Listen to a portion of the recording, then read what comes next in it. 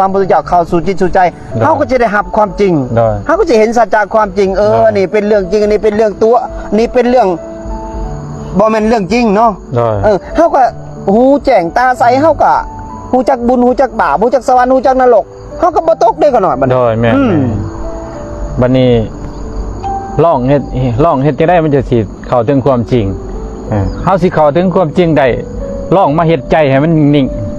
คือเบิ่งลบเนาะเบิ่งลมเบิ่งอานาปานสตินี่หลังจากเบิ่งไปให้มันล่มให้ล่มมันจนหายพุ่นเนาะให้มันจนหายเป็นนิ่งอยู่เกินว่าเป็นสภาวะอุเบกขาอยู่บัดนี้ยังมันสิเกิดขึ้นนะเมื่อมันนิ่งแล้วนั่นแล้วบัดนี้มันเสียนกระทบเห็นสิ่งภายนอกเห็นโลกเห็นรูปเสียงกิโลปุถะธรรมลมนี่เอิ้นว่าโลกเห็นสิ่งดังกล่าวมันกระทบมันผัสสะเนาะอะไรเนาะหลังจากนั้นเขาเห็นแล้วบัดนี้หมอปัญญาสติมาปัญญาเกิดแม่นบ่กันหน่อยมันสิเห็นว่าโอ้ยอันนี้มันก็เป็นของจังมันจังสารมันเกิดตามเหตุตามปัจจัยมันแม่นบ่เขาก็พิจารณาออกนั่นเมื่อพิจารณาออกเขาก็ฮู้แจ้งเห็นจริงแม่นบ่กันหน่อยฮู้แจ้งเห็นจริงเขาก็บ่ไปงมงวยบางนั้นมันคิดตัวกูบางนั้นมันเอา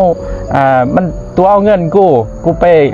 แก่กรรมน้ำมันบูซ่าจังซั่นจังซี่หาหมอดูหมอเดาจังซั่นจังซี่แม่นบ่มันก็เป็นไปตามเหตุตามปัจจัยอันนี้ว่าถึงว่าเรื่องของไฟของมันบ่ยุ่งเกี่ยวกันแต่ครูบากับบอกได้เกี่ยวได้ล่ะแม่นอันนี้ว่าสัจจะความจริงนำเอาประธรรมคำสอนของพ่อของพระพุทธเจ้ามาเปิดเผยความจริงถ้าไผหับได้เอาที่คนมีสติปัญญาคนที่เปิดใจหับคนที่บ่เปิดใจหับ